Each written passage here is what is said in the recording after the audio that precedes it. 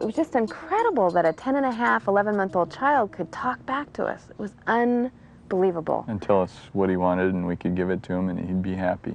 It was really cool. Like, we were teaching him about the sign for water, you know, that you want a drink of water.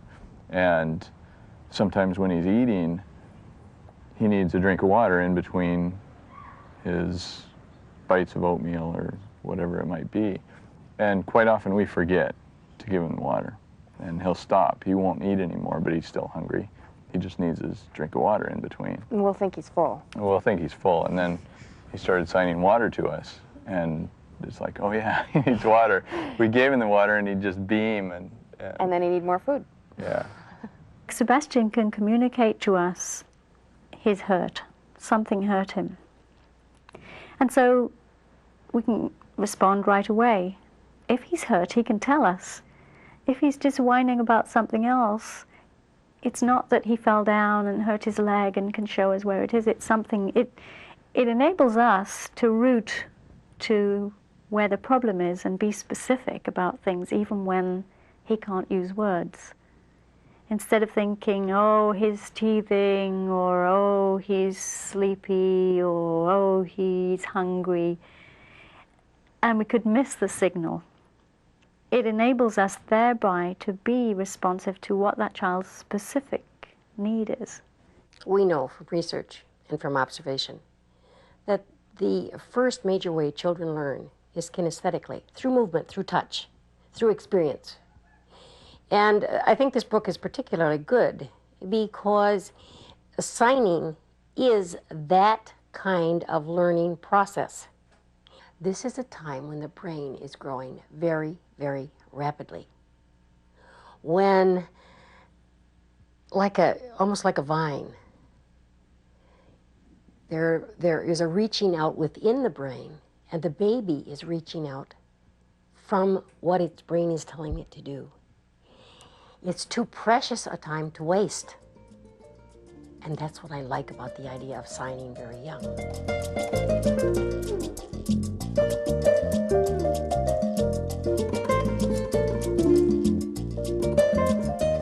When he was a year old, we were on vacation with my mother, and she was putting him into his car seat, and she said, he's doing the sign for diaper change. He's saying that he needs a diaper change. And Jim yelled to her from inside, I just changed his diaper 5 minutes ago. Yeah. And she said, well, he's still doing it. He's doing the sign for diaper change. And so she checked his diaper, and sure enough, his pants were full.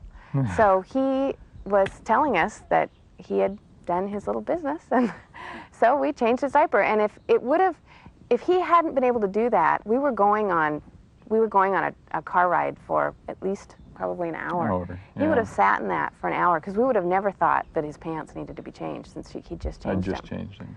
So we were very thankful that he knew how to sign diaper change. We're strong supporters of the notion that parents should teach signs to their children in the first 2 years of life. The principal reasons are limited capacity to communicate through speech in the second year of life makes life very difficult for everybody concerned.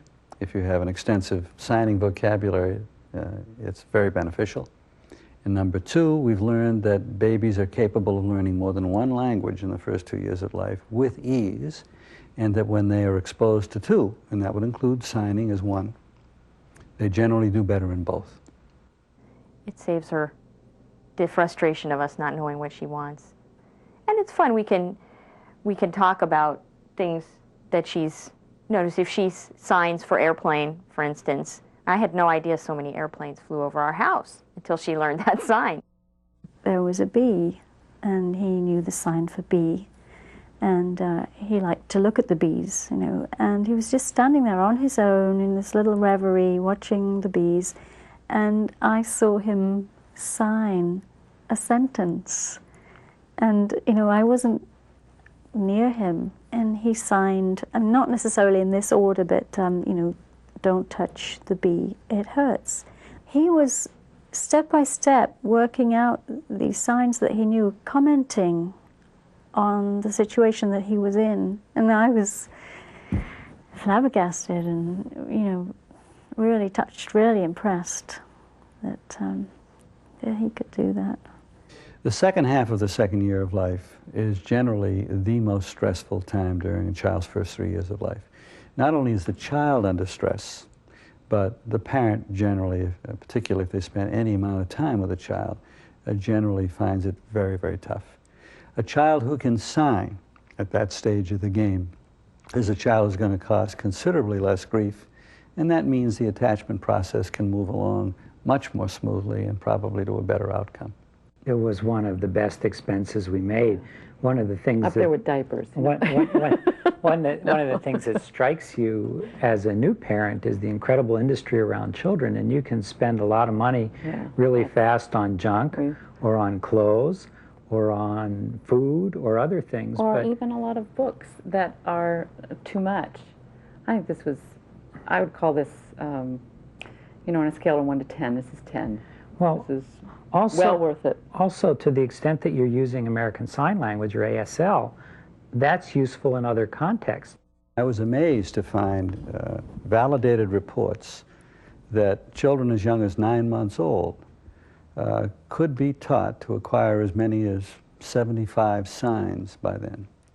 In contrast, the typical child who is simply learning ordinary language was lucky to be able to understand 5 or 6 words and generally said nothing at all. So the difference was absolutely remarkable. But nothing much came of it until the last decade or so. Now we find that there's more and more interest in teaching signs to children. You're doing a good job. And from my perspective, given the kind of work we do with parents, there's much more to it than simply learning language at a much earlier stage of the game. That by itself would be an adequate justification for signing, but there's more. There's more in that, first of all, the second year of life is a very interesting period of life, which is generally very stressful in normal families raising their children. And there are several sources for the stress, but one of the principal ones is the inability of children less than 2 years of age to tell people what's on their mind, to tell them what's bothering them. The result is that the period from 16 to 17 months through 20 to 21 months of life becomes the most difficult period for normal children growing up with normal parents. They just find life too much at times, frequently in fact, and you get lots of tantrums, lots of loss of temper, lots of confrontations with parents. You have parents telling us, I feel like a jail warden, I'm punishing them all day long. Right? Signing, however, makes things so much easier for so many children, because at the very least, they can learn the sign for help, and that wards off a great deal of trouble. And beyond that, they very often learn to be able to communicate quite well what's bothering them in this very early period of life.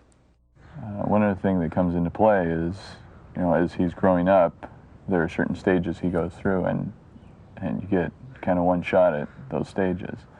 And it really helps to have the right tools at the right time.